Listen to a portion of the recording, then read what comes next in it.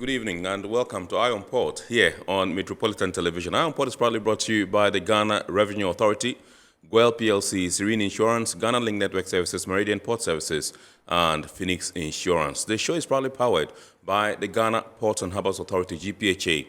And our media partner on this journey of your lifetime is the Business and Financial Times, the BNFT. Now, if you haven't had a grasp of all that transpired in the show tonight, make a date and grab the Thursday edition of the BNFT, and you'll be able to see all that happened here tonight. We are streaming live on our social media pages. On Facebook, we are live at Ghana Ports and Harbours Authority. Ghana Ports and Harbours Authority. Still on Facebook, we are live at Port of Tema. And on YouTube, we are streaming live at Iron Port Ghana. Iron Port Ghana. Now, we shall be getting interactive with you, and all you have to do is sit back, relax, grab your phones, and send us your messages and comments via our dedicated WhatsApp line, which is 0559-019-177. 0559-019-177. When the time is ripe and I pick signals from the production team, we shall activate the phone lines for you to call in and contribute to the discussion. My name is Kennedy Mona. We are going for a quick break. When we return, we'll continue the show. Please stay with us.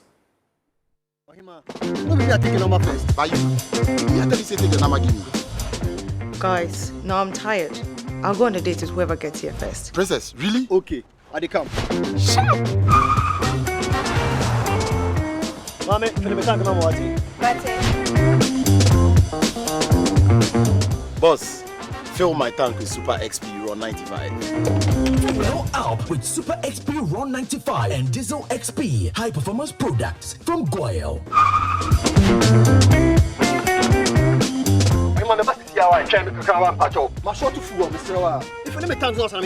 Sorry, Tony got here first, so I'm stepping with him. Oh, cut him.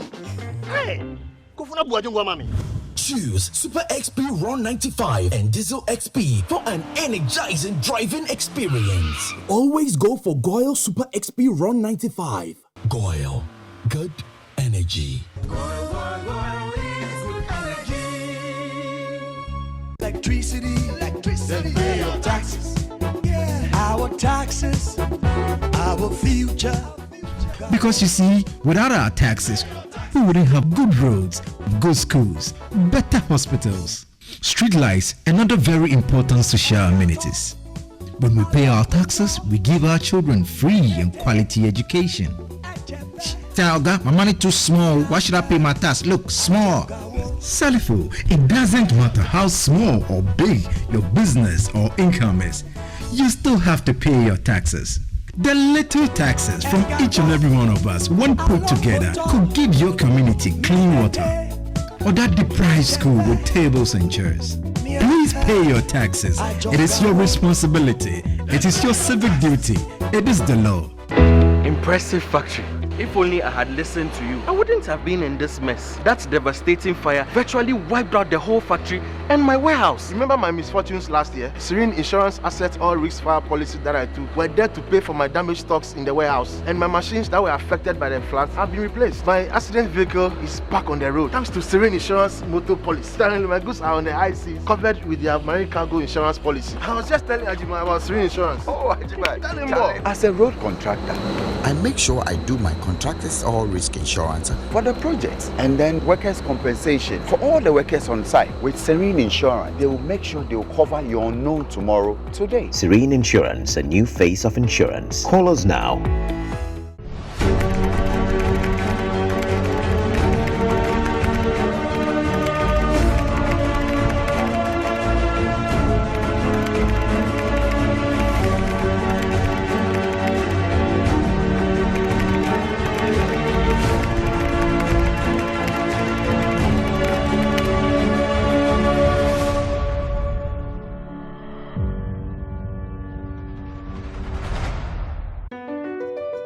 MPS Terminal 3 is Africa's new state-of-the-art container terminal at Tema Port.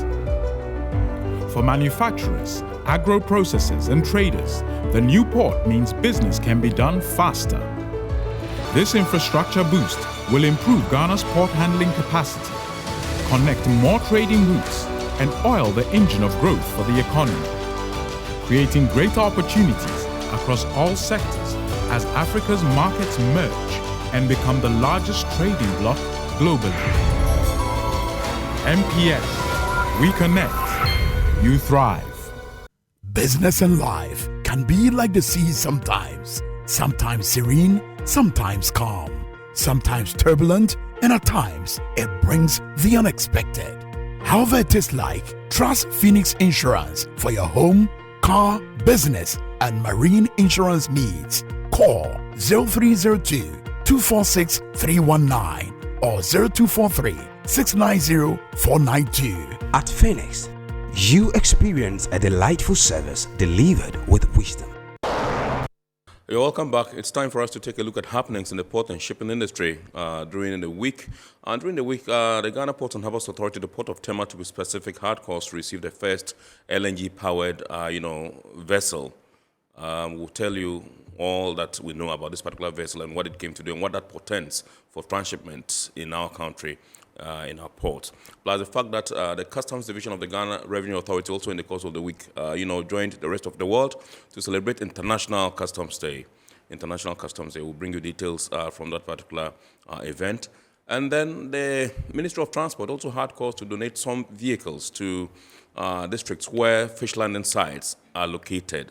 This is to enhance the operations of the fish landing sites. Plus the fact that the Ghana's leading oil marketing company, GOIL PLC, also in the course of the week had calls to donate some 150,000 Ghana cedis to victims of the floods in Mepe. Let's take a look at these stories and more.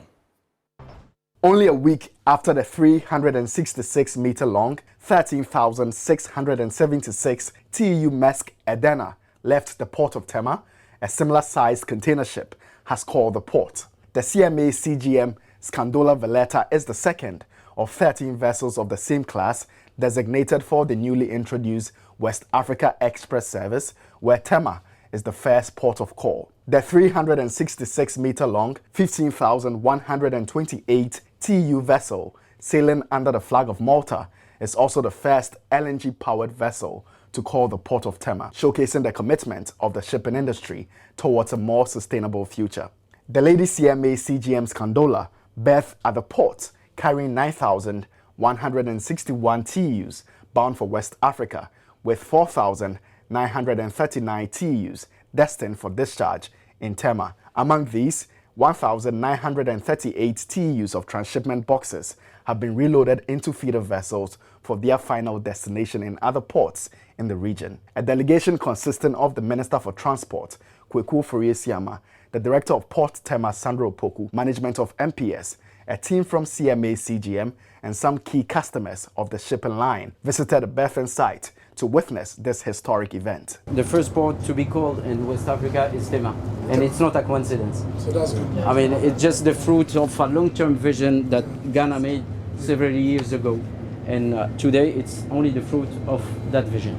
Indeed, Tema is gradually living up to its hub port ambition, and the CEO of MPS, Mohamed Samara, expressed optimism that this will give a shot in the arm to Ghana's goal of becoming an ideal destination for investments. The West Africa market is a huge market. We have about 300 to 400 million people. Nigeria alone 220.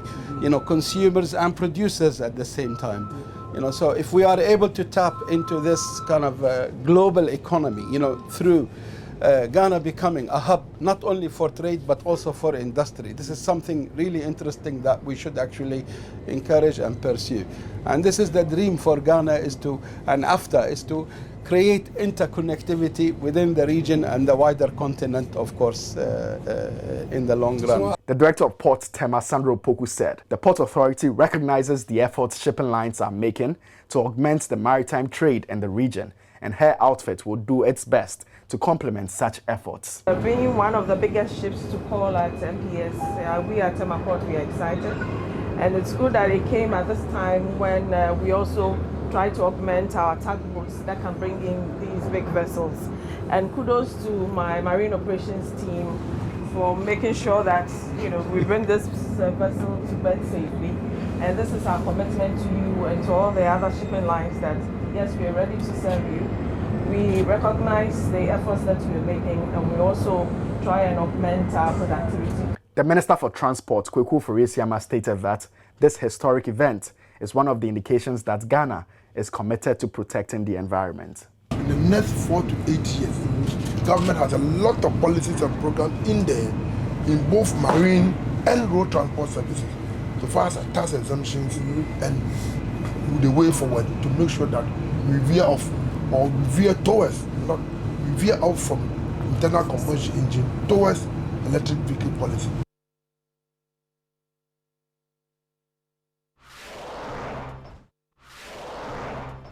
Customs organizations in the 89 World Customs Organization member countries and their partners who affect world trade management convene each year to celebrate International Customs Day, which is observed on January 26. This year's event, held at the Customs Head Office in Accra, was themed Customs Engaging Traditional and New Partners with Purpose. The day also was another opportunity for Ghana's customs to reflect on their mission, accomplishments, while strategizing for the future. At the ceremony, outstanding customs officers who have performed exceptionally across the various customs centers in the country were celebrated with awards. WCO Secretary General Ian Saunders, in a speech read by the Commissioner Customs Division of GRA, Alhaji Seydou Idrisu Idisa, urged members of WCO to embrace cutting-edge technologies and data analytics as enablers of their engagement with partners to increase their responsiveness and effectiveness. Such a dynamic approach is vital in an ever-changing global landscape and increases our ability to achieve meaningful results in line with our critical mission. The Commissioner General of the Ghana Revenue Authority, Reverend Dr. Amishadai Owusu-Amoah, in a speech read on his behalf by the Deputy Commissioner Operations 1 at GRA, Daniel Edisi, said the division has embarked on a number of projects intended to identify and remove bottlenecks that impeded efficient clearance of goods at the ports, as well as establish baseline data for measuring trade facilitation and exchange of information. Last year, the Customs Division conducted a time release study with the following broad objectives. 1. To identify and make recommendations to address the bottlenecks that impede efficient clearance and release processes at ports and borders. 2. To measure the average time taken from the arrival to the release of goods from selected customs clearance offices. 3. To establish baseline data for measuring the performance of trade facilitation processes of customs and the private sector involved in the release process. The Chief Executive Officer of the Ghana Shippers Authority, Kwesi Bafo Sapon, who chaired the ceremony, reiterated the significance of public partnerships with the private sector. For us at GSA, any endeavor that facilitates, enables, or enhances the business of private sector, particularly importers, exporters, translators, whom we call shippers, is very heartwarming. The Marketing and Public Affairs Manager at the Port of Tema, Abna Sewo Opoku-Fosu, doubled up on the call for purposeful partnerships in the sector. Some years back, the Ghana Ports and Harbours Authority was the only authority in the industry. But over the years, we have councils and boards that have also become authorities backed by airlines. And in our engagement with them as partners, we must ensure mutual respect, understanding of each partner's vision and mission, and to ensure that our organizational cultures blend seamlessly towards one unique objective. Finance Minister Ken Ofori-Atta, in a speech read on his behalf, said that partnerships were vital to international customs operations and as such urged the division to be proactive by strengthening existing alliances and initiating new collaborations. It is through effective cooperation with mutual respect among partner agencies that we can create a secure and conducive environment for legitimate movement of goods across borders. Adding on to that, the Trade Minister K.T. Hammond, represented by the Chief Director of the Ministry, Patrick Yaunimo, urged customs and their key stakeholders to prioritize trade facilitation in their dealings. We have implemented several initiatives, and it has put us in pole position to become a very competitive environment within the region. But we need to do the last mile to be able to bring it to fruition, particularly related to how it benefits the private sector, which hopes to enhance and which hopes to harness the opportunities under the various trade agreements that we have committed to.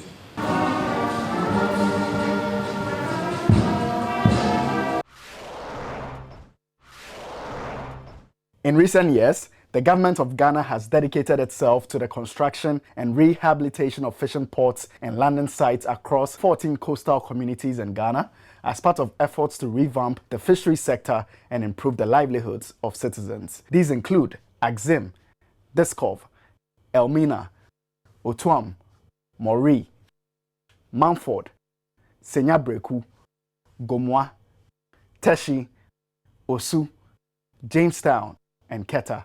According to government, most of these are nearing 100% completion. To support effective monitoring and coordination of the coastal fishing ports and fish landing sites project, the Ministry of Transport has procured and handed over 14 brand new Mitsubishi pickups to metropolitan, municipal, and district assemblies where these project sites are located. Speaking at a handover ceremony in Accra, Deputy Minister for Transport Alasan Tampoli urged the beneficiary administrations to use the vehicles judiciously. So what we are doing today is not only empowering you to be able to do your work, but it's also for you to commit to the ministry and to the government that in view of what you are receiving, you are also going to do more commitments that the vehicles are going to be put to good use, and at the end of the day, we will all get the benefits of both the landing beaches, accompanying facilities, and also.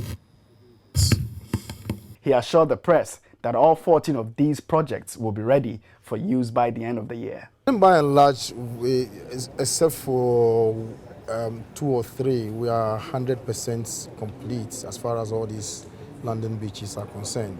There are some areas that require, even though they are completed, we are still within the defect liability period. We've noticed some defects. So we are asking the contractor and then the consultants to go back and rectify those ones. But generally we are done.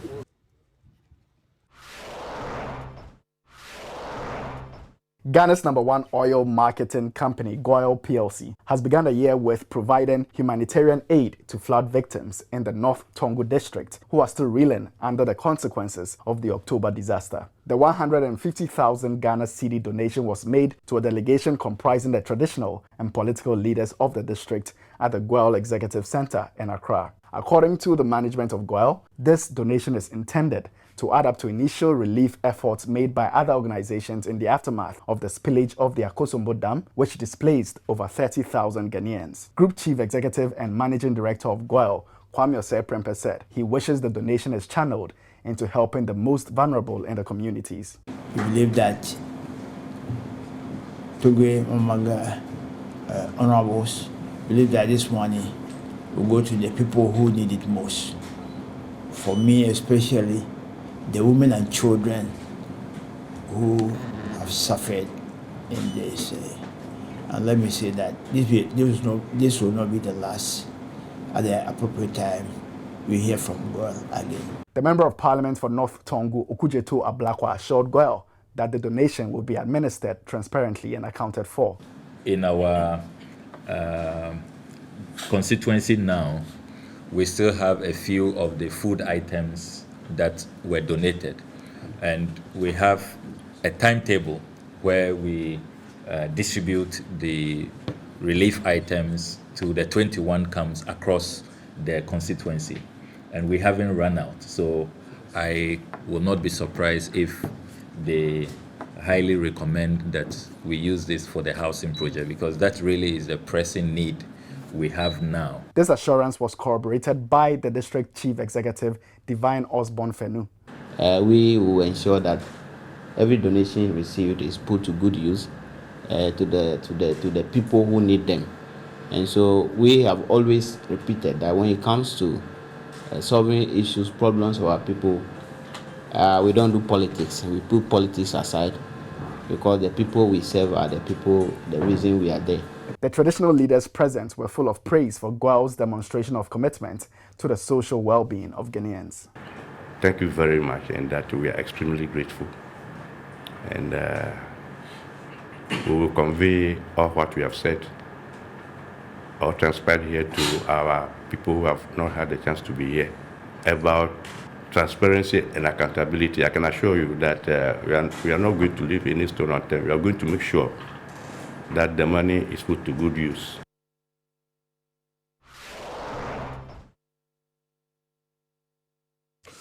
right, so those were happenings in the port and shipping industry in the course of the week. We're now going for the word or phrase of the day. And remember, the word or phrase of the day has been fashioned to bring you up to speed with the terminologies and jargons we use in the shipping industry. And today's word is box. Box.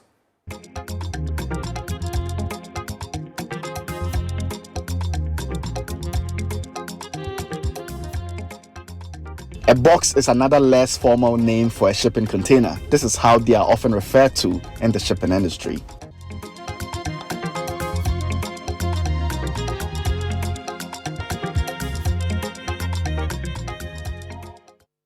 You're welcome back. Tonight we are trying to explore the use of fiberglass boats and canoes in Ghana. How important is this, and what are the pluses and the minuses in terms of adopting the use of fiberglass boats and canoes in this country?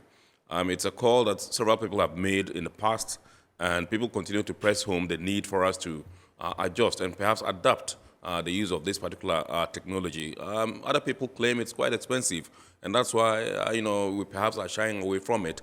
But can we continue to shy away from it when we know that there are inherent benefits that we can derive from using fiberglass boats in Ghana? So tonight it gives me pleasure to introduce to us Dr. Vindex Dume. Dr. Vindex Dume, he is a lecturer and a naval architect at the Regional Maritime University, RMU. Indeed, I'm proud to say he's my lecturer. We also have in the studios Mr. George Obing, who is a graduate assistant and also a naval architect, Regional Maritime University. Good evening, gentlemen, and welcome to Iron Port. Good evening. Yeah, so we are still in the first month of January, so it gives, I think it's okay to say Happy New Year. Exactly. Happy New Year to you. Absolutely. Yes. So let me begin with you, Dr. Dume, and if you can begin by telling us the advantages of using fiberglass in the construction of boats and canoes in the maritime context of things here in our country. Okay. Thank you so much, Mr. Mona, for the opportunity. And we also want to thank Metro TV and then Iron Port also for giving us this opportunity to share with us. Our viewer also, we are very happy that today also you've been able to join us in order to discuss this very important topic. So fiberglass is a composite material, and every composite material, one of the desired properties of a composite material is its light weight against its high strength.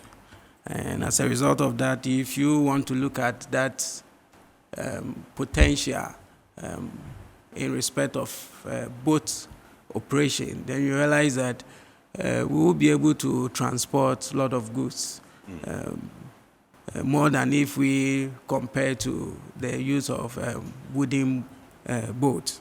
So because of the high strength, yet lightweight, we will be able to carry more. Another benefit that is very important to mention is the low maintenance cost that fiberglass boat presents to our economy. We know that our people do not have that much money, those that use these canoes. And so if we can get them another material that when they use in constructing their boats, it will last longer, and then it will reduce the time that it takes for them to, it will prolong the time it takes for them to do maintenance work, then that is a good one. And fiberglass boats also gives us that avenue to do that as well. Then in terms of the environment, we are all worried about, climate change and all that. We want to preserve our forest.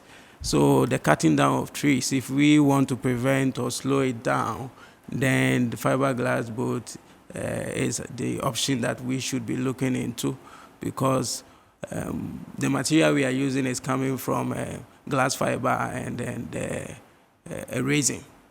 So then we do less cutting down of trees compared to the cane. So these are the main benefits that I would like to touch on. There are other ones, but I'll limit it to this ones for now. Yes, I'll still continue with you before I come to something and find out from you. What's the main raw material for the manufacture of fiberglass? So fiberglass itself is coming, the raw material is coming from glass fiber. Glass fiber. So okay. as the reinforcement. Yes. And then the matrix is a resin. The layman that's outside there and watching us right now, what's glass fiber? So glass fiber, it's just, so it's glass, right? So okay. It's glass that has been produced in the laboratory into matte. Right. So you can easily fold it, you can easily, turn it into any shape. Okay. And then the reason is like, I don't know if we know epoxy. Epoxy is a typical example. So yeah, the one they use for buildings. Exactly. Yeah, okay. So when you lay the mat, then you spread the resin over it, right. And then you allow it to cure. And when it hardens, then that's it. You have your material in place. Exactly. Oh, I see. Okay. Yes. All right. So I think you were still continuing with your submission when I interrupted. Sorry. Yes. If you can continue. Oh, it's okay for now. I would like to leave the importance for it. So let me come to Mr. Obeng and find out from you. He mentioned several advantages. The fact that yes, it is light, and so it means that you can transport more compared to wooden boats, which are already heavy, and so if you add a lot more weight, the possibility of sinking is quite high. The durability, longevity in lifespan, and perhaps even maintenance and all that. Can you add some of the advantages of using, the fiberglass boats and canoes all right. in our country? Thank you very much. And before I go on, I would like to thank Doug himself. In fact, he was my supervisor when I was doing my project work, and then he made me came out with the whole concept of naval architecture. Okay. So yes, and also I would like to thank the school management for their support. I mean, as young as we are, they gave us the opportunity to also explore more. Absolutely. And also my department, the marine engineering department, especially the head of department, and then my fathers there, they have been really helpful. And then the church that I also go, I mean, they have been praying for me. So I'm sure they are watching. Yes. I mean, my bishop and the immediate pastors and everyone. Okay. Yes. Before I go to the question, I would like to give a brief concept of the fiberglass. Yes. No, it has been in existence from the past, I think, 1930. Right. The fiberglass, yes, since 1930. And then they use the fiber for a lot of works. So you can get it in the building industry and all, even the aerospacing and all that, yes. But the whole concept of using fiberglass for boat building started in 1947, where one American started using the, and it has been in existence for so many years up till date. And then some countries, I mean, started exploring this fiberglass, not today, it has been long back to the day. So there's a lot of advantages, especially talking about the eco-friendly environment that we are all saying that, I mean, we should move from, and because of the climate and all that.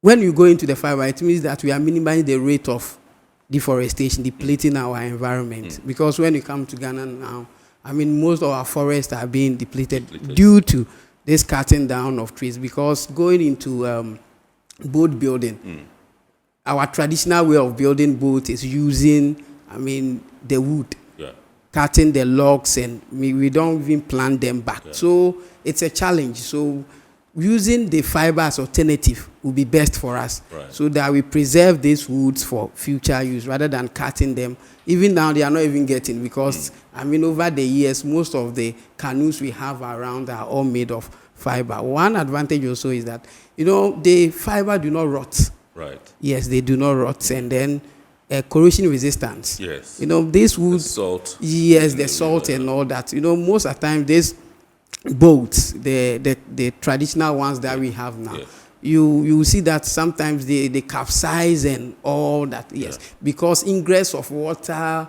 and all that, and because the density of the wood. So sometimes, I mean, they become so dense. Immediately you put some few loads in it, I mean, they try to sink. And because of rolling, we have some motions that it goes into. So when the thing is so heavy, little load you put it in, it will capsize. Yes. So these are some of the advantages of the fiber over the our wooden boats and other boats that we have around. What is the ingress? You mentioned ingress of water. What's yes, that? so the ones that we have now, because they plank, of late they do not get the required lock. Initially they had the required lock where when they dig, they have the depth that they want. But now they don't get it because they have cut all the woods around, so they don't get the exact lock. So what they do is they plank the current, they plank around to a certain height or a certain depth that they want. So when they plank and then, they use nails and other stuffs to hold them. So sometimes these nails get loose. And when they loose, you see ingress of water going into the canoe. And sometimes you see people, fetching it out. But with fiber, you not get it that way because it's a composite material and it's more or less like a mold. So you do not get, so the ingress of water get into this current boats that we have, and then sometimes it causes it to capsize. Okay. Yes. Okay. Let me come to Dr. Dome and find out from you. How expensive is this fiberglass thing? Because I think that's one of the reasons why most people give. They think that the wooden canoes are quite cheaper because it's wood, and it's very easy. Available. Exactly. It's readily available, quite accessible. They can use it and it's cheaper. How available, how cheap is the fiberglass? So that's the main challenge currently in the country because fiberglass is not locally manufactured here. We export. We import fiberglass, and then the resin itself. So everything is imported, and as a result, the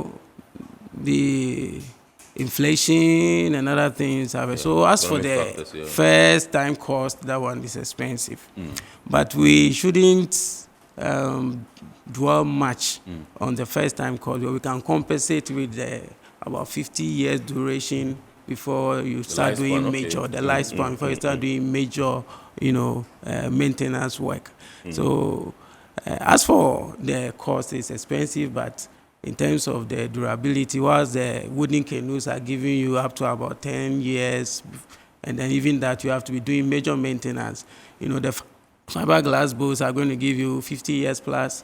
So then it's a good investment, and I think this is where we also have to plead with funding agencies, government, and other individuals who have funds that they want to invest to come in and support.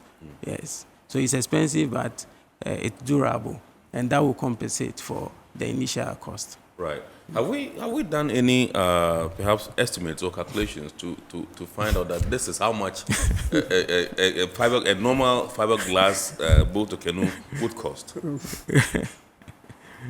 And we put some figures, some numbers to okay, so currently, it's one of the projects we are working on. Currently, we have given that it's a project we are working on, trying to quantify the. But in terms of cost, it varies because when the person comes in, you come with a specification. For instance, maybe if you are going to build a boat of maybe 10 meters, 5 meters of a certain depth and breadth, then it means that the cost of it will vary. Yes, so based on the person's, request, yes. But as you said, the initial cost sometimes is a little bit, yes. But when you compare it to the current traditional boat that we have realized that the fiber boat has more advantage than regardless of the money you invest, because if you are going to get the thing and it will last for that 50 years before a major maintenance will be done, then why don't you go in? Because for the canoes that we have now, within 5 years, even every year you have to do something. Yes, and when you calculate all this, you realize that it's far better going for the fiber. So in terms of cost, we are now working on. In fact, it's a project. Sir and myself, Doug and myself, we are supervising, trying to get the exact cost and then do that. So, given the cost out there, it's not all that expensive though, but at least you have a moderate. When you come, we can get yourself and your, yes, to. Okay, so I just want to find out from you, you are a naval architect. I want to find out from you what you think, whether you think there are specific design specifications that we can get considerations for building of boats and canoes that would suit our peculiar situation in Ghana? Okay, so that's why we always advocate that anytime, there's such things, they have to either consult us or, get the companies who are already in the country to spearhead all those projects, because we know our terrain much than any other person. So, based on design aspect, recently we are not hearing of accidents on Volta Lake because, we have a dry season. The Volta Lake is down now, so you can see all the, tree stumps. So we do not hear much of that. But as time goes, immediately start raining, realize that we encounter those things. Yes, the boats. It's initially the whole thing started as an artwork.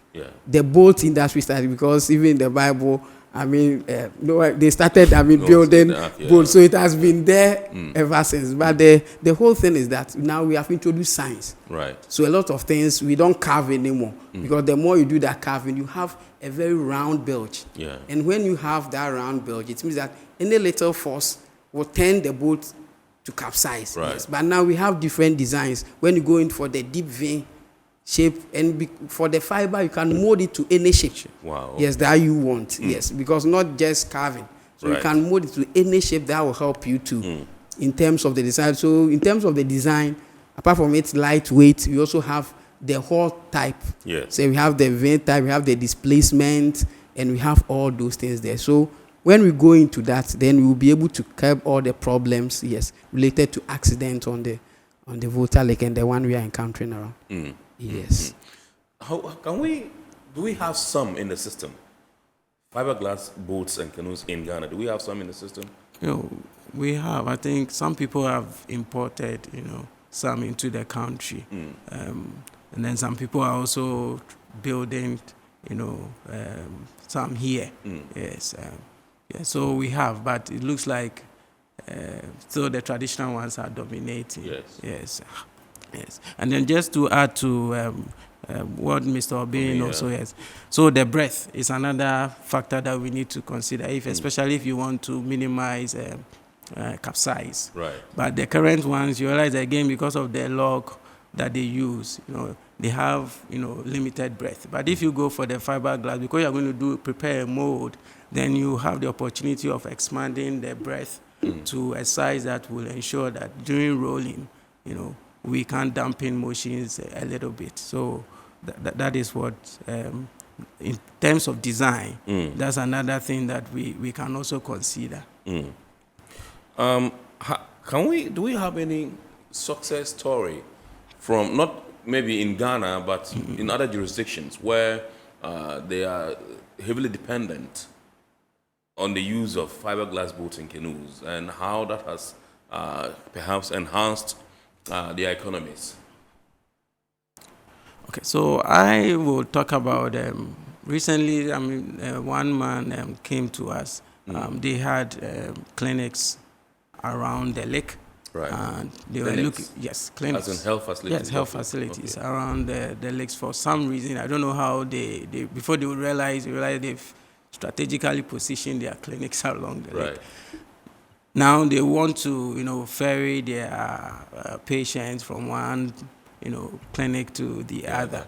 And then they realize that going through the land will be a bit difficult. Expensive. So they have to now. So then, a medical boat. And if it's a medical boat, then using a fiberglass boat will be the best. Mr. Obin was also sharing with me a success story from somewhere else. I think he can also expatiate on that as well. Yes. Yes, so for the past 2 years we have been doing a lot of works using the fiber boat. Yes, and then we have built the capacity in this country where we design, we build, and we do everything here. Right. So we've worked with Ghana Navy. We're able to produce a fiber boat. Okay. We've also worked with a Ghana Health Service. Yes. We've also produced a fiber. Yes, a medical. Yes. Okay. Built here, designed here, and everything. And currently there are a lot of projects also coming up. That the work is ongoing. Yes. The only place we have not touched is the canoe. The canoes, changing because the indigenous sometimes changing from one to the other, to the other is a problem. So all boils down to funding, where maybe individuals or government agencies or authorities will come and say that, okay, this is what we have seen, and it will help us. Okay, let's go in. Let's do this. Then the initial capital they can come out. We can come out with a lot of designs and then start to build, because we have the capacity here. We can design and build. So in terms of success, we are picking up small. But elsewhere, when you go to Asia and other aspects, now they have stopped most, because there are policies. The country also has to come up with the policy that the wood cutting should stop. When there is that policy, when you even go to Abidjan now, Ivory Coast and Co, they have policies governing, just going out there, cut wood and come and do your no. So when we have those policies there, then it will minimize the use of wood, and then they can turn to the fiber. But if there is no policies, they will still go on using the. So there have been success stories, and we keep on doing. Yes. So okay, so I'm interested in those that you've built, particularly the medical boats. Yes, with fiberglass. Yes. So what were some of the facilities that you built in it? All right. So most of the ones that they import, because they don't know our terrain and all that, sometimes they don't put certain things in them. Right. Yeah. But since we know our terrain, sometimes we have put in all the, especially in terms of safety. Right. Yes, we were able to put in the searchlight. We put in the echo sounder, GPS just to navigate through, and even VHF. Right. There's radio to communicate outside when there's a problem. Okay. Yes, we even put in radio. Seat, bed, toilets, and all those things were in the boat. Yes. So since we know our terrain, we're able to design to suit what the people want. So that's why we are saying that they should just turn back to us, not just go in there. Yes, but we can build across. What was the size of this particular? Okay, so it was 20 foot. Yes, 20 foot. Wow. Yes. Wow. And then and all these facilities are there. Yes. So it's just like a normal ship where you have the communication gadgets and everything. Yes, everything in it, and then you can. So we want to also move into the yacht and all those. Yes, if you have your money, we should now shift from just going to sit at the mall and other places, and we should shift into getting ourselves. Utilizing the rivers and the seas we have around, and get ourselves a yacht and co. Yes, it should become a competition around where everyone say, yes, I own a yacht, a white tinted yacht. Yes, you can. Okay, so you did make mention earlier of the eco-friendly nature of these boats, and they will also give the advantages in terms of deforestation. That yes, we are going to avoid deforestation if we and I know there's a project LNG-GPHA contracted a particular company to build 20 friendly canoes boats using fiberglass and all that. What's your take on this particular initiative?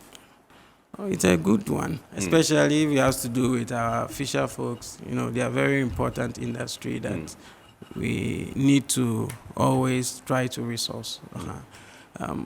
Our only play will be to try and do everything here.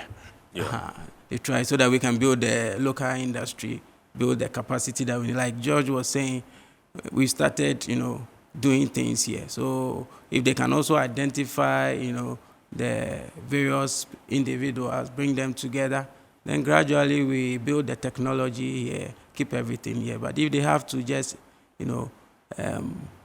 import everything into the country and just give to them, then I think that one is not a good one. Like, for instance, RMU, Regional Maritime University, we've come into partnership with the Lama Marine Company, a Dubai-based company.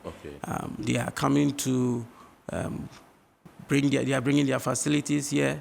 They are going to build, fiberglass boats from scratch. Right. And then we will join them, the staff and students. Right. Then we would also start running our BSc Naval Architecture program. So through this, we are helping the industry. The industry is also helping us. Gradually, we are building the capacity. Yes. Do we have the numbers as to how many they are coming to build? I'm particularly interested in that. I think that will come from their business survey. With their marketing they will do, and then the way the market will respond to. But we are hopeful because they are looking at even fire extinguishing vessels and all that. So there are some new ideas they want to bring on board. So let's see what their marketing strategy. You just mentioned the fact that from start to finish, it looks like we have to import every material for the construction of this particular. Aren't there ways we can perhaps, if we can get some done here? So laboratories.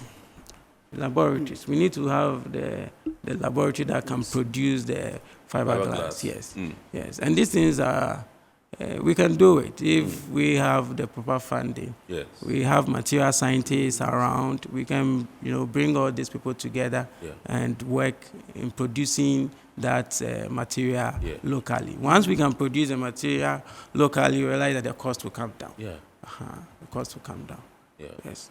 Yeah. So I'm excited that you said you are going. The RMU is going to have a collaboration with a Dubai-based company, to begin the manufacture of these things, and the students are going to be involved. Yes. And that means that we would, by extension, have some Ghanaian people, yes, not necessarily from the RMU, also joining. In this particular business. Yes. I just want to find out from you, how soon you think that we can have this, so that we can begin from there? Lama is already on board. They've cleared the land. Yes. They started building their offices. Where is it taking place? Very close to the sea. Okay. So, at the back of safety. At the back of safety, yes. I don't know whether you know. At the back of safety, that's around the RMU?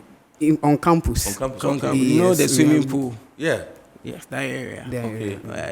Where we used to have what we call the bush canteen. I don't know if you know. Yes, that very place. That's where it's going to be placed. Okay, and the land has been cleared already? The land has been cleared. They are bringing... You have officials of Lamar in the country already? Exactly. Wow. They are here. And our BSc Naval Architecture program, we have also gotten accreditation from GTech. So we are good to go. Wow. So very soon, maybe by next academic year, we should be able to start the program. I think that I'll dwell a bit more with the BSc Naval Architecture thing and find out what's the underlying objective is with that particular program. Okay, so first we want to be able to build the capacity to be able to produce our own watercraft, especially the small craft. Yes. And then we also want to also build capacity in offshore, because the BSc Naval Architecture program has two specializations. We have the ocean engineering, and we also have the small craft. So the small craft will be taking care of the fiberglass and boat, and a small aluminium boat, pleasure boats, and all that. And those that will also be in the ships, the vessels. Exactly. At sea. Exactly. Okay. Then the ocean, we are looking at going a bit offshore. We may also look at port engineering as well.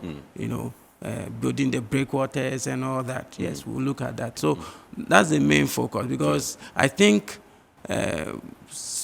so far I haven't seen any institution in the West Africa sub-region running this particular program. And it's very important we run it. So that we can build that capacity. We can have people who can do that. Even the Navy needs them. GPHA, you need them. You need to have your own resident naval architect.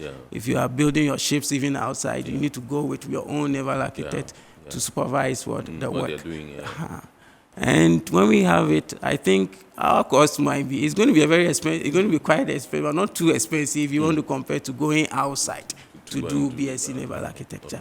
So it's a very important program.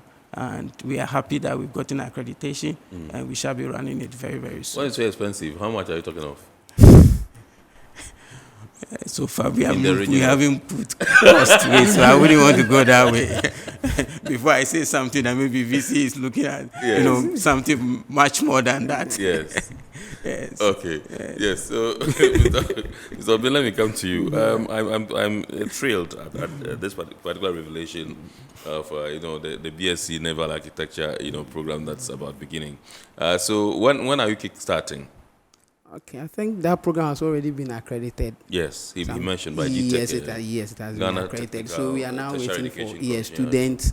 I mean, the concept of where people will say, after this, what next?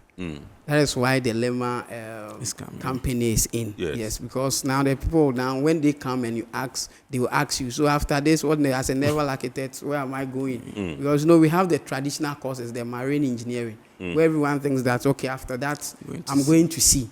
But the naval architecture, you you become a naval architect. So where next? Yes. Yeah. So the collaboration between LEMA is now going to help the institution and then the students who are coming in to have that pleasure. Okay, after this course, at least I'll have a hands-on, because the course itself is going to be hands-on. Yes. It's not going to just be theory. Yes, because the staffs, we are there, and then we are also going to partner with them. Yes. So I mean, we also have the hands-on, and the students also have hands-on training. So it's not just going to be a theory compared to some of the courses. Yes, they will go there. Those that especially that will pick the small crafts.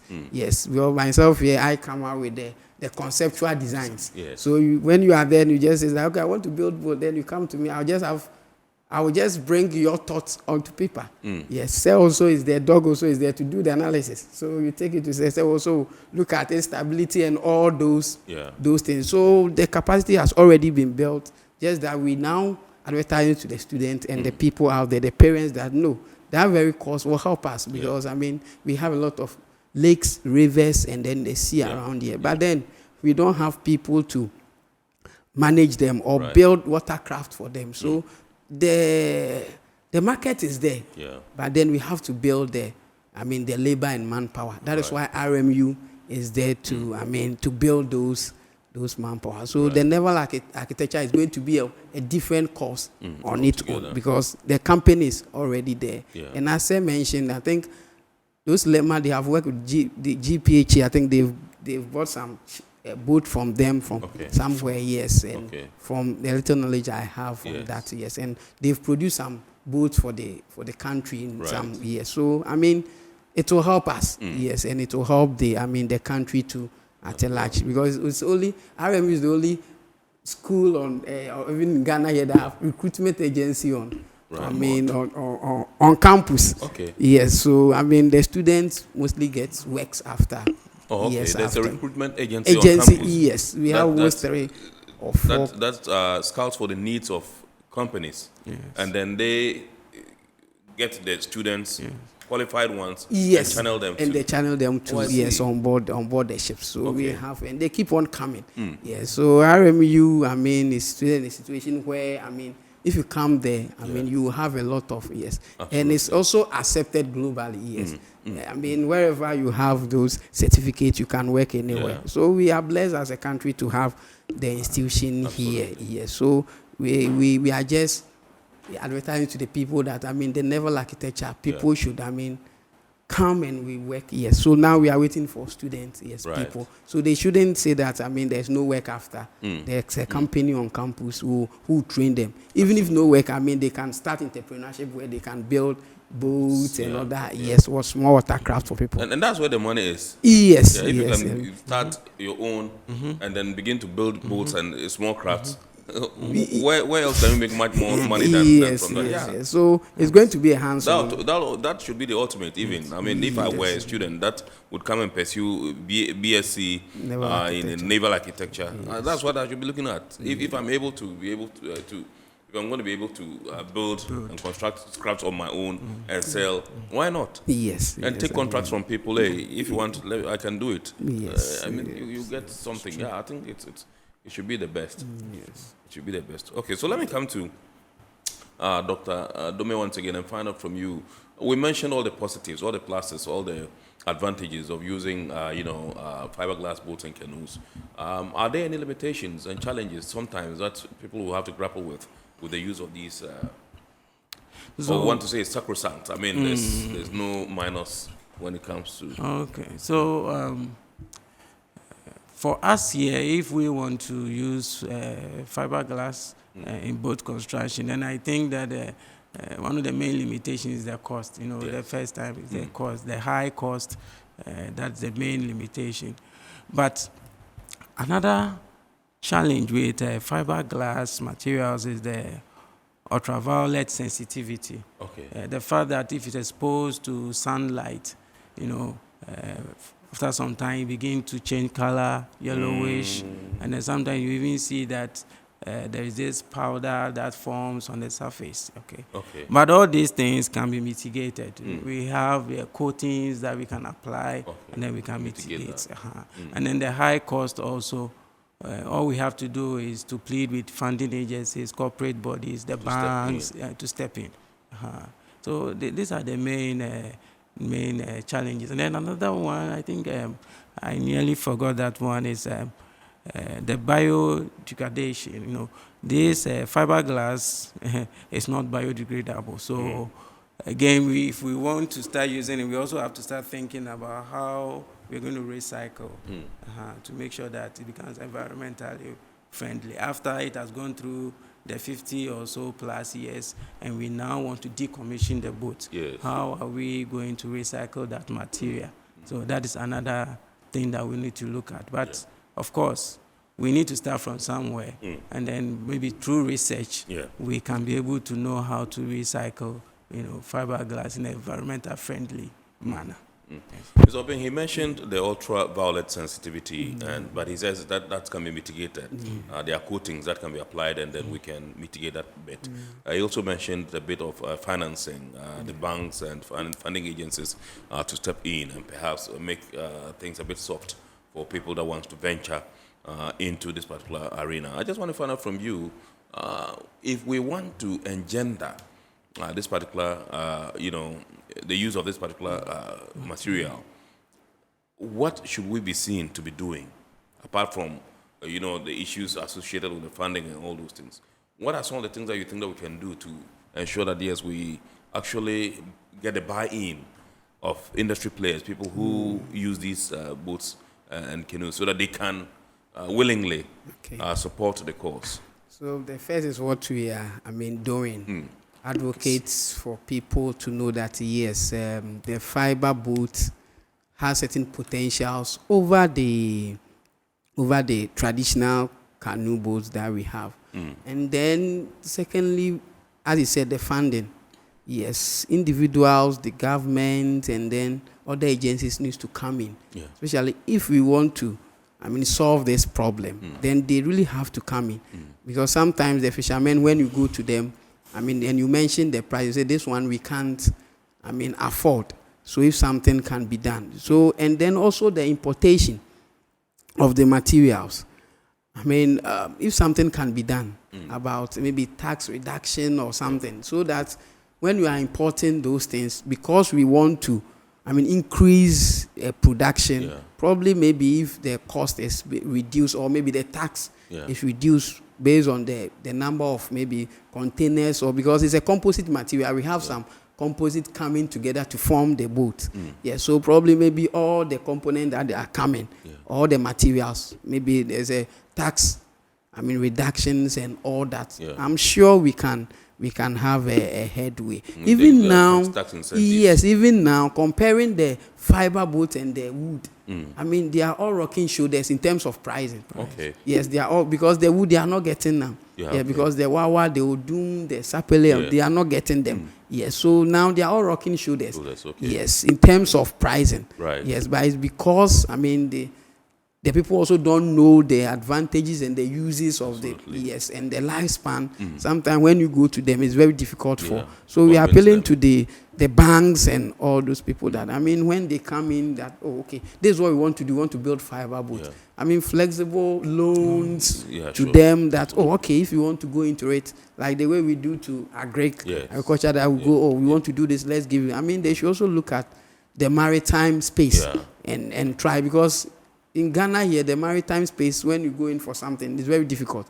Even if you need even a scholarship and you go, they will be tossing you here and there. We are victims of, those things where you go and they'll look at somewhere else. So, we should also focus more on the maritime, activities, and look at it that, if someone comes, I want to build boats for these people at least, and I need loan or something. The banks and co should also look at that. Yes, I think when we do those things, the production of using fiber will be much more. I think that government can come in via the Ministry of Fisheries and Aquaculture Development, maybe through the Ghana Maritime Authority and other agencies in the sector, so that they can make this one one of the important things that would be in their calendar, so that we can move away from wooden canoes and boats to, we can start from somewhere. We don't need many of them, like at a go, because of the capital-intensive nature of it. But like you said, now it's like the costs are even becoming a par. Yeah. Both the wooding and the fiberglass. Yeah. And so if we think that fiberglass is the ultimate, I think that we should tilt towards there, and government can step in and perhaps do something so that we can get at least a few running. Once other operators also see that, okay, this is what's happening, they would also want to, follow suit and perhaps pull some strings to be able to get there. Well, this is Eye on Port here on Metropolitan Television, and tonight we are taking a look at how we can adopt the use of fiberglass boats and canoes in our waters. And with us in the studios is Dr. Vindex Dume, who is a lecturer and naval architect at the Regional Maritime University. And then we also have Mr. George Obing, who is a graduate assistant and also a naval architect, also at the Regional Maritime University. Tonight, one revelation that I am so delighted about is the fact that they say they're going to be starting the Bachelor of Science degree in naval architecture at the RMU. There's a company from Dubai that's already in town, and this particular course will be flying pretty shortly. And so you might want to take interest and do that. And they've said that there's a recruitment agency on campus. Once you are through with the course, the likelihood of you getting hooked up to an employer is very high. And so I think that is something that you will not want to miss out on. We are going for a quick break. When we return, we'll continue the discussion. Please stay with us. Guys, now I'm tired. I'll go on a date with whoever gets here first. Princess, really? Okay, I come. Shut up!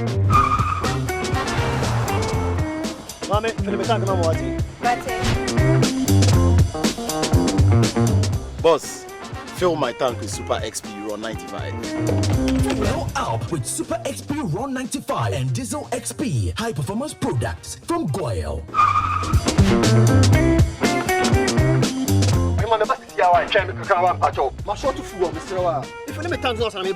Sorry, Tony got here first, so I'm stepping with him. Oh, cut him. Hey, go for mommy. Choose Super XP Ron 95 and Diesel XP for an energizing driving experience. Always go for Goyle Super XP Ron 95. Goyle, good energy. Electricity, then pay your taxes. Yeah. Our taxes, our future. Because you see, without our taxes, we wouldn't have good roads, good schools, better hospitals, streetlights, and other very important social amenities. When we pay our taxes, we give our children free and quality education. Talga, my money too small. Why should I pay my tax? Look, small. Salifo, it doesn't matter how small or big your business or income is. You still have to pay your taxes. The little taxes from each and every one of us, when put together, could give your community clean water or that deprived school with tables and chairs. Please pay your taxes. It is your responsibility. It is your civic duty. It is the law. Impressive factory. If only I had listened to you, I wouldn't have been in this mess. That devastating fire virtually wiped out the whole factory and my warehouse. Remember my misfortunes last year? Serene Insurance Asset All Risk Fire policy that I took were there to pay for my damaged stocks in the warehouse, and my machines that were affected by the flood have been replaced. My accident vehicle is back on the road thanks to Serene Insurance motor policy. Currently, my goods are on the high seas covered with their marine cargo insurance policy. I was just telling Ajima about Serene Insurance. Oh, Ajima, tell him more. As a road contractor, I make sure I do my contractors all risk insurance for the projects and then workers' compensation for all the workers on site. With Serene Insurance, they will make sure they will cover your unknown tomorrow today. Serene Insurance, a new face of insurance. Call us now.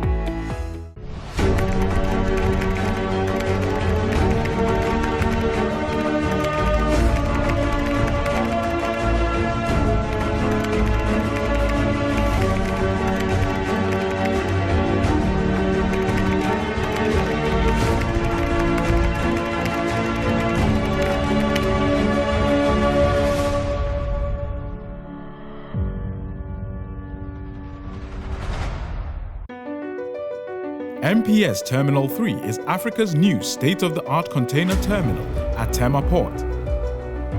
For manufacturers, agro-processors and traders, the new port means business can be done faster. This infrastructure boost will improve Ghana's port handling capacity, connect more trading routes, and oil the engine of growth for the economy, creating greater opportunities across all sectors as Africa's markets merge and become the largest trading bloc globally. MPS, we connect, you thrive. Business and life can be like the sea sometimes. Sometimes serene, sometimes calm, sometimes turbulent, and at times it brings the unexpected. However it is like, trust Phoenix Insurance for your home, car, business, and marine insurance needs. Call 0302 246 319 or 0243 690 492. At Phoenix, you experience a delightful service delivered with wisdom.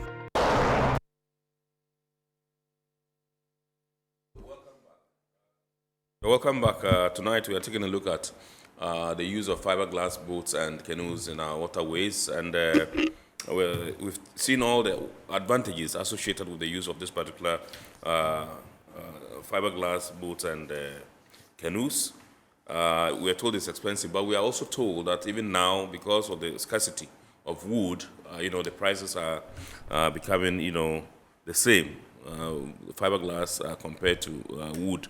And so I think that's something that we should be exploring. And we've heard from Dr. Vindex Dome, who is a lecturer and naval architect at the Regional Maritime University, and also Mr. George Obing, who's also a graduate assistant and naval architect at the Regional Maritime University. And I did make the announcement about the fact that, yes, pretty shortly they are going to be starting with the BSc Naval Architecture program, and they want you to take interest in that. And there probably would be some ready job available waiting for you once you are through with that particular program. They are doing that in partnership with a company from Dubai, which is already in town. And so this is something that you need to start making inquiries about and perhaps take an interest, and you can sponsor your award, or if you are sponsoring yourself, you are very much welcome to do so. Okay, so let's do some message. I've been told by the production team that we can activate the phone lines for you to call in. The number to dial is 020-552-8353, 020-552-8353. You can call in and contribute to the discussion. We have a few messages that has come through. Let me go to the inbox and then we can bring them. This one says, I am Kingsley, very interested in a career as a naval architect, but I fear I may not be employable after. What can I do to become employable after taking a program at RMU? Well, I think that I've said it, but maybe you want to hear it from the horse's own mouth once again. Doc or Mr.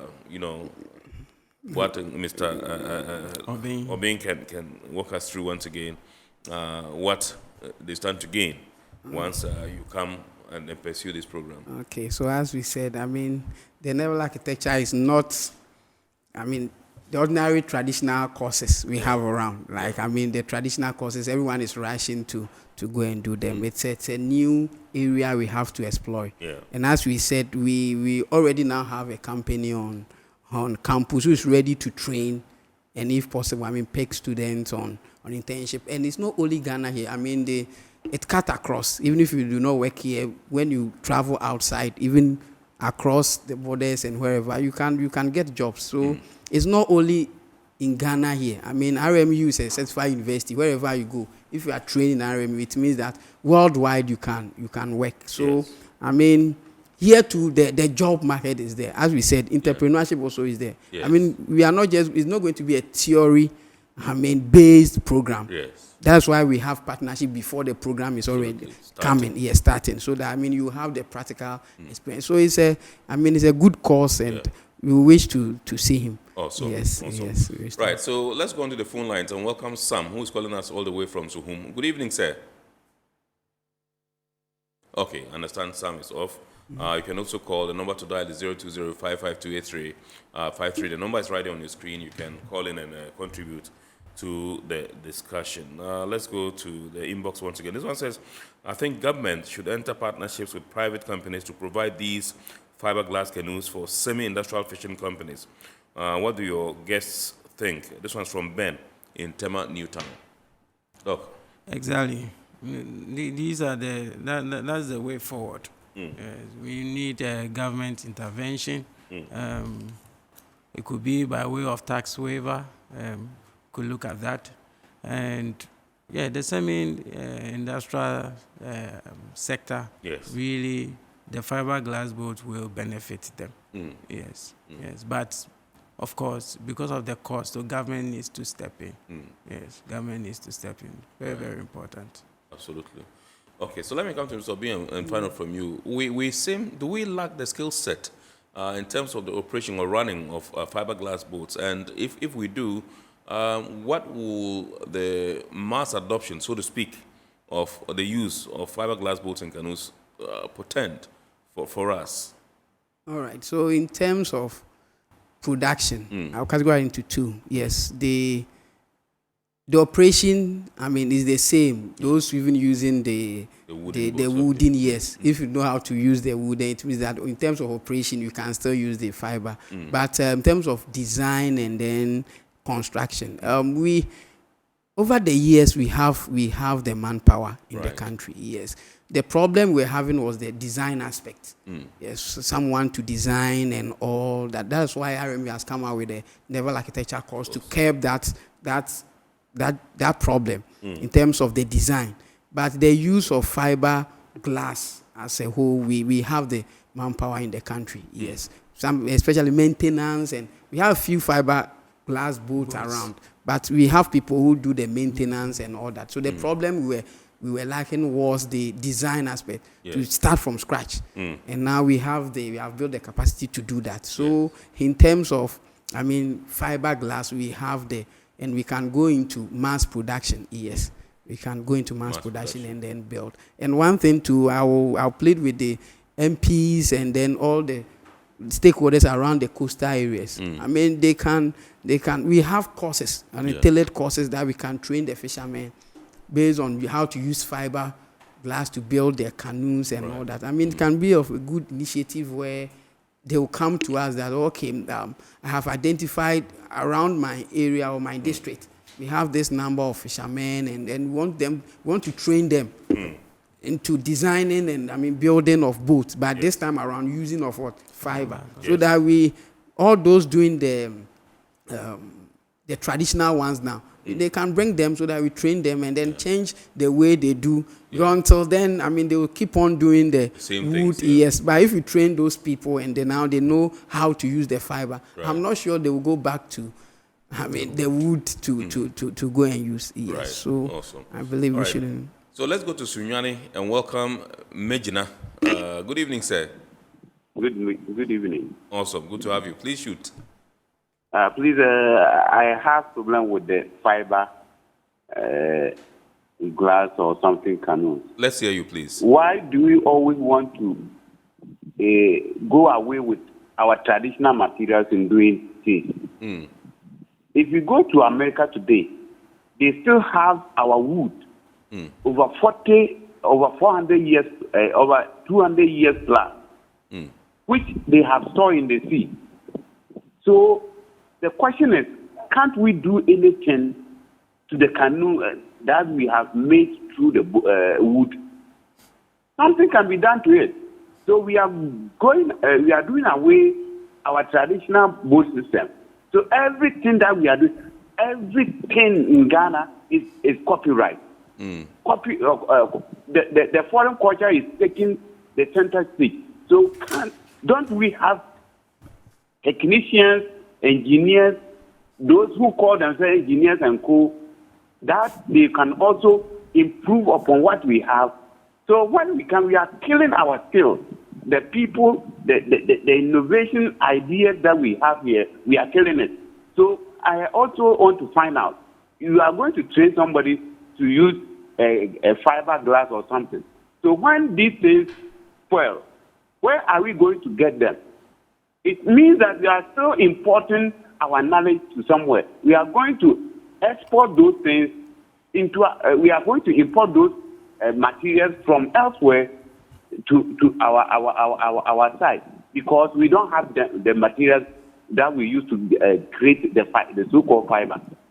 You see, so sometimes we should also, when we are coming out with an idea, we should think of the society. When you go to what you call sustainable development goals, they have some materials that are not allowed in a society. Go to the fiber, go and read the fiber. Is it environmental friendly? It goes against some of these things, but we are still trying to introduce them.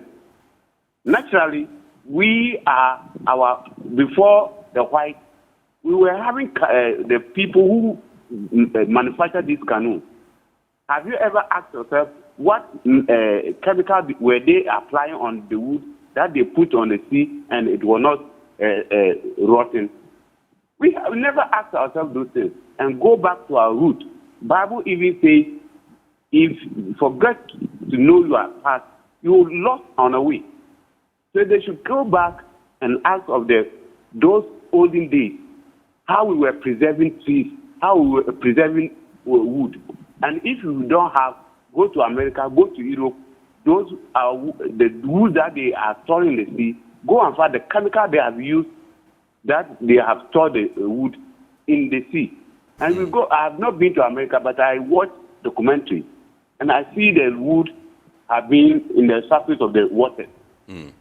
We should stop these things. I will not encourage anybody to go for this fiberglass. It's somebody's business. So it's going to favor few, and majority will suffer at the end of the day. So how many of us? Right. Kwesi, thank you very much indeed. He called us all the way from Sunyane. But when he was speaking, a dog has been scribbling all this while, and I saw Mr. Obing smiling. Maybe you want to prefer, I could have stepped in with the litany of advantages and positives that we've listed, but I think that he has missed that. So if you want to go over them again, I understand his sentiment. Yes. Number one, I'm one of the people that really advocates for preserving indigenous knowledge. Absolutely. Very, very important. But sometimes if you look at some of the challenges we are facing with using this wooden canoe, then it means that we need to also be thinking about what alternatives. Yes. For instance, our people are overloading boats. We ask ourselves why they are overloaded. It means that they need bigger craft. And we have just said that the logs, we are not even getting them in the sizes that we used to get them. So how do we build this, bigger boats for them? Is that okay? So we need to look at those things. The deforestation, SDG says that we should preserve our forests. So how are we going to do it if we still want to continue using, these wooden canoes? Is that okay? So again, where he's saying, are they using it for mass transportation, for mass passenger, moving people from one place to another? Of humans, people. Probably not. Maybe it's just some few, around the coast, people just use it occasionally. But we are really depending on this as a mode of transport. I don't know if you have gone to Takoradi and some of those communities, they actually are heavily dependent. That is their mode of transport. Yes, they are heavily dependent on that. So we want to preserve indigenous knowledge. We will do our very best. But if there are best practices also, we shouldn't shun away from them. Let's see how we can incorporate that. The wood is also going to be rotten. What about that also? Yeah. Is that okay? So they should think about all this. And we are also saying that, like George said, we want to train those who are building the wooden canoes. Yes. So we are not trying to, take away their job from them. Teaching them new ways of doing things. Absolutely. Yes. Okay, this one says, good evening. It's from Ohima in Tema, one of our regular texters. Good evening, Ohima, and thank you for choosing Iron Port. He says, good evening, Iron Port. Insightful discussion. Could you find out from your panelists what program one should have studied at SHS and cut-off point for naval architecture? Okay. So naval architecture is science-based engineering. So if you do science, I think if you have elective maths, physics, chemistry, you are good to go. Yes. Maths, physics, chemistry. And then those who do technical science, like those who do the metal work, woodwork, technical drawing. Yes. They can also easily fit into it. Okay. Yes. Okay. I'm sure Hima has heard you, and she would position herself. I'm sure she probably wants one of the brothers or sisters or children to come there. That would be great. So, issues of sustainability, whether there are any environmental considerations with the use of fiberglass in our country. I mean, apart from the ultraviolet, what do we call it, that you mentioned. Exactly. I mean, apart from that, what other considerations should people be mindful of? So we also say that it's not biodegradable. So it means that we need to also be preparing towards recycling, an environmentally friendly way of recycling waste from fiberglass. Yes, I think that is very important. Yes. Yes, Mr. Obing, would you want to step in? Yes. So and you also had this. But it's something myself and Doc we have been, thinking of. Coming out with our own materials to construct boats, even if not the fiber. Yes. We are trying as much as possible to come out, do research into where we can have indigenous, product that we will come out with and then use. In terms of this canoe traditional way of design, we are not trying to, say that, okay, they should stop outright. Yes. No. When you go to the Asian countries, from what he is saying, when you go to US now, they have laws on you even going to cut wood. They have laws on them. So what he is saying, most of them, they preserve them. Yes. So most of the canoes there are preserved. So when you go there, based on literature, you see that they have a canoe made in 18-something, 15-something, and they have a museum for it. Here we don't even have that. And then it's the canoe construction is not science. The ones that we are doing is not science based. Yeah. It's like apprenticeship. So I learn and then you come and learn. Yeah. Now we want to bring in science, systematic way of doing things. So the training is going to be like, okay, when you cut a length of maybe a wood of length of this, it means that any time you cut that length, that is how it's going to be. Science based. So we are not throwing but we have to reduce the rate at which we are cutting the trees. So if we have a balance, maybe a little bit of the fiberglass, a little bit of maybe aluminum, a little bit of this, but not solely on wood, because as it stands now, they are not getting it. We've done a research and realized that no, it's a no-no. It's no good. So we need to reduce the rate at which, but it's also a factor of deforestation. Absolutely. Yes. So. Okay, so that's Mr. George Obing, who is a graduate assistant and naval architect at the Regional Maritime University. Also in the studios has been Dr. Vindex Dome, who is a lecturer and also a naval architect at Regional Maritime University. And tonight we've been exploring the use of fiberglass boats and canoes in our country, Ghana. And they've listed the litany of advantages that it comes with. And so it's something that we should all be aspiring to and working towards. We would like to say big thanks to our sponsors, Ghana Revenue Authority, GWEL PLC, Serene Insurance, Ghana Link Network Services, Meridian Port Services, and indeed Phoenix Insurance. Remember, Iron Port is proudly powered by the Ghana Ports and Harbours Authority-GPHA. And we will entreat you to watch the abridged version of Iron Port on Wednesday at 8:30 p.m. on Ghana Television. My name is Kennedy Mona. We thank you so much for choosing us, and we entreat you to keep watching the rest of our programs here on Metropolitan Television. And we wish you a super week ahead, and we pray that we meet again next week Sunday with another wonderful edition of Iron Port. Have a super evening and God bless.